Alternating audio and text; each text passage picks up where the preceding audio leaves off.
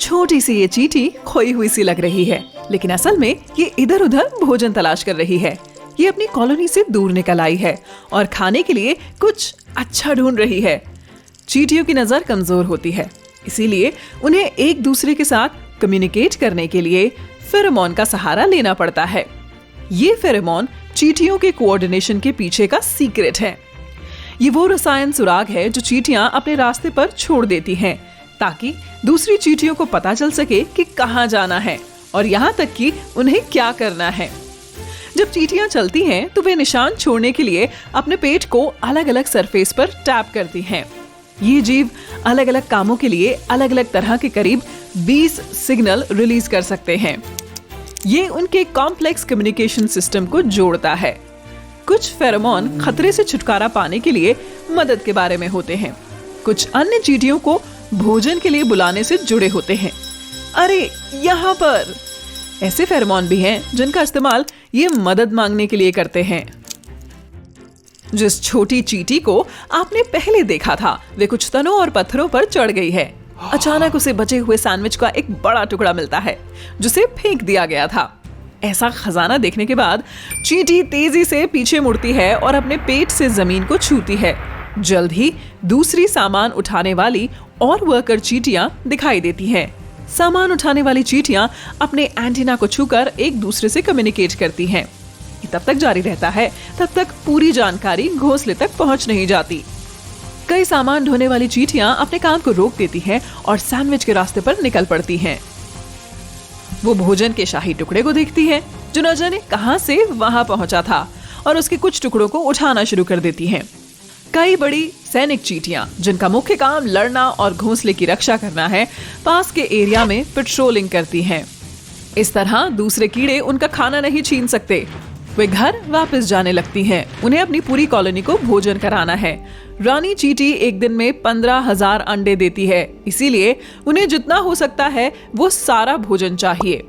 रानी चींटी अपने जीवन काल में लाखों अंडे दे सकती हैं। ये पूरी कॉलोनी में सबसे बड़ी चींटी है और केवल वही है जो नई चींटियों को जन्म दे सकती है। रानी चींटी कई सालों तक जिंदा रह सकती है। ऐसी चींटियां तब पैदा होती हैं जब उनकी माँ स्पेशल अंडे देती हैं। वे रेगुलर अंडों से अलग होते हैं जो या तो वर्कर या सैनिक चींटियों को जन्म देते हैं। ये खास अंडे तब दिए जाते हैं जब एक कॉलोनी एक तय आकार में पहुंच जाती है। इन अंडों में पैदा होने वाली चींटियां औसत चींटियों से बड़ी होती हैं और उनके पंख होते हैं। ये चींटियां या तो युवा रानियां होती हैं या नर चींटियां जो बच्चे पैदा करने के काम में भाग ले सकती हैं। ऐसे में रानी चींटियों को तब खतरनाक बाहरी दुनिया में निकलना पड़ता है। उन्हें घोंसला और फिर कॉलोनी शुरू करने के लिए एक नई जगह खोजने की जरूरत पड़ती है। 500 रानियों में से केवल एक ही वास्तव में इसे बनाती है। रानी जो अंडे देती है उन्हें 2 कैटेगरी में बांटा गया है, वर्कर रिप्रोडक्शन न करने वाली चींटियां और शाही बच्चे पैदा करने वाली चींटियां। चींटी कभी बड़ी या छोटी पैदा नहीं होती। ये इस बात पर डिपेंड करता है कि जब वे छोटी होती हैं तो उन्हें क्या खिलाया जाता है। अगर वे बड़ी हो जाती हैं तो वे रैंक में शामिल हो जाती हैं और सैनिक चींटियां बन जाती हैं। अगर वे बड़ी होकर एवरेज साइज की ही रह जाती हैं तो वे वर्कर या सामान ढोने वाली चींटियां बन जाती हैं। वैसे अगर वे छोटी हैं तो उनका काम लार्वा के साथ बच्चे संभालना और घर को अच्छा और साफ सुथरा रखना होता है। लेकिन अंत में हर किसी चींटी का काम केवल रानी और उसकी ही सेवा करना होता है। चींटियां पूरे सैंडविच को कवर कर लेती हैं, टुकड़ों को उठाती हैं और उन्हें एक एक करके घर ले जाती हैं। चींटियां अपने वजन और आकार का 10 से 50 गुना वजन उठा सकती हैं। ये उन्हें उनके आकार की तुलना में पृथ्वी पर सबसे मजबूत क्रिएचर्स में से एक बनाता है। कुछ चींटियां बड़े टुकड़े ले जा रही हैं, जैसे लेटस और चीज के टुकड़े। वे ब्रेड का एक बड़ा टुकड़ा भी खींच लेती हैं, जिसके लिए दर्जनों चींटियों के मिलकर काम करने की जरूरत होती है। कुछ सैनिक चींटियां ये ध्यान रखने के लिए एरिया में पेट्रोल करती हैं कि क्या उनके साथी सुरक्षित हैं। चींटियां टुकड़ों को खींचकर ले जाती हैं। वे कई पहाड़ियों पर चढ़ती हैं और कई ढलानों से नीचे उतरती हैं, जब तक कि वे लगभग एंट हिल यानी अपनी बाम्बी तक नहीं पहुंच जाती। घर में चींटियां भोजन के आने की तैयारी कर चुकी हैं। उन्होंने जितना हो सकता है उतनी जगह खाली कर दी है। डिलीवरी चींटियों के ऊपर एक बड़ी सी छाया मंडराती है। वे कॉलोनी के प्रवेश द्वार के लिए अपना सफर जारी रखती हैं, लेकिन छाया बड़ी हो जाती है। ये एक बड़ा ततैया है और ये सैंडविच का अपना हिस्सा चाहता है। माल ढोने वाली चींटियां अलर्ट हो जाती हैं और चेतावनी के फेरोमोन छोड़ती हैं। सैनिक चींटियां इनकी गंध को पहचानती हैं। वे एक साथ ग्रुप बनाकर माल ढोने वाली चींटियों के चारों ओर एक सुरक्षात्मक दीवार बनाती हैं ताकि उन्हें सुरक्षा मिल सके। ततैया उनके ऊपर मंडराता है लेकिन कुछ नहीं कर सकता। रीइंफोर्समेंट आती है और वे चींटियों की बाम्बी की ओर जा रही चींटियों की रक्षा करती है। पूरी कॉलोनी अलर्ट है और डिफेंसिव मोड में है। लेकिन सैंडविच के टुकड़े को पाने की कोशिश में और भी ततैया इधर उधर उड़ने लगते हैं। किस्मत से सैनिक चींटियां काफी अच्छी तरह से ऑर्गेनाइज्ड हैं और ये पक्का करती हैं कि वे उनका डिफेंस न तोड़ पाएं। वे जो दीवार बनाती हैं वे तब तक मोटी और मोटी होती रहती है जब तक कि ततैया उड़ नहीं जाता। चींटियां जश्न मनाती हैं और ज्यादातर सैंडविच को कॉलोनी में ले जाने में सफल रहती हैं। वे जिन सुरंगों से गुजरती हैं वे 6 फीट जमीन के नीचे तक जा सकती है। ये ज्यादातर इंसानों की ऊंचाई से ज्यादा लंबा है। वर्कर चींटियों का काम सुरंगों को खोदना और घर को सुरक्षित करना है। रानी पूरे घर में अंडे देती है जबकि नर्स चींटियां लार्वा ले जाती है। इन लार्वा को जीवित रहने के लिए तय टेम्परेचर की जरूरत होती है। नर्स चींटियां लार्वा को टीले के टॉप के करीब ले आती हैं, जहां दिन के दौरान टेम्परेचर ठीक रहता है। लेकिन अगर ये बहुत गर्म हो जाता है तो लार्वा सुरंगों के नीचे दूसरे ठंडे चैम्बर्स में चले जाते हैं, ऊपर और नीचे, ऊपर और नीचे। इसी तरह साइकिल चलता रहता है। लार्वा रानी की सेवा के लिए मैच्योर चींटियों के रूप में तैयार होने तक सही टेम्परेचर हासिल करने के लिए ये सब होता रहता है। चींटियों के घर में से कई राजमार्ग गुजरते हैं। वे खास एरिया को जोड़ते हैं। छोटी सुरंगें भी होती हैं जो छोटे चेम्बर्स की ओर ले जाती हैं, जहां चींटियां आराम कर सकती हैं, सो सकती हैं और खा सकती हैं। सरफेस के ठीक नीचे सुरंगों का एक और सिस्टम बनाया जाता है। चूंकि मुख्य प्रवेश द्वार से सतह पर जाना असुरक्षित हो सकता है, इस तरह की सुरंगों को चींटियों के घर के अंदर भोजन पहुंचाने के लिए डिजाइन किया गया है।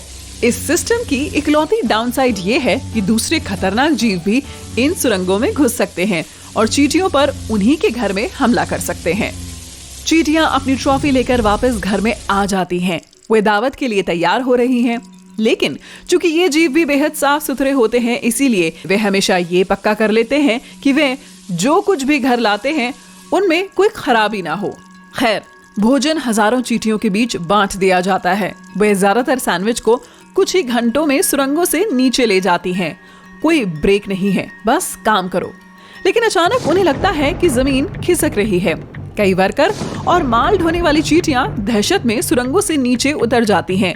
बाहर बारिश होने वाली है। चींटियां इमरजेंसी सिचुएशन से निपटने के लिए बहुत तेज होती हैं।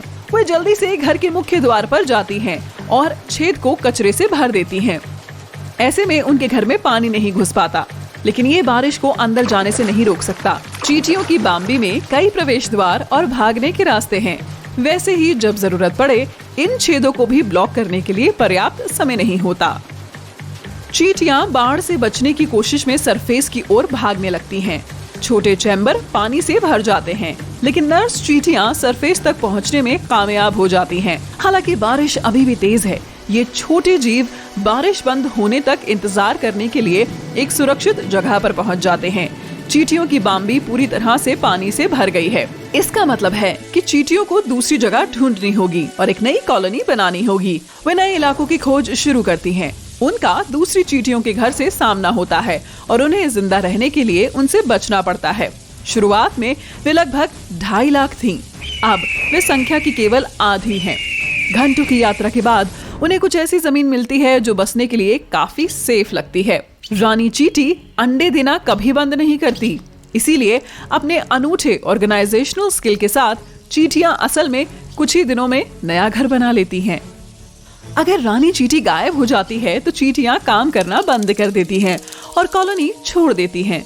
चूंकि ये बहुत वफादार और सामूहिक होते हैं, इसीलिए उनके पास अब जीवन का कोई मकसद नहीं रह जाता और उनमें से ज्यादातर 1 सप्ताह से ज्यादा समय जिंदा नहीं रह पाती। पहला जीव लगभग 40 करोड़ साल पहले दिखाई दिया था।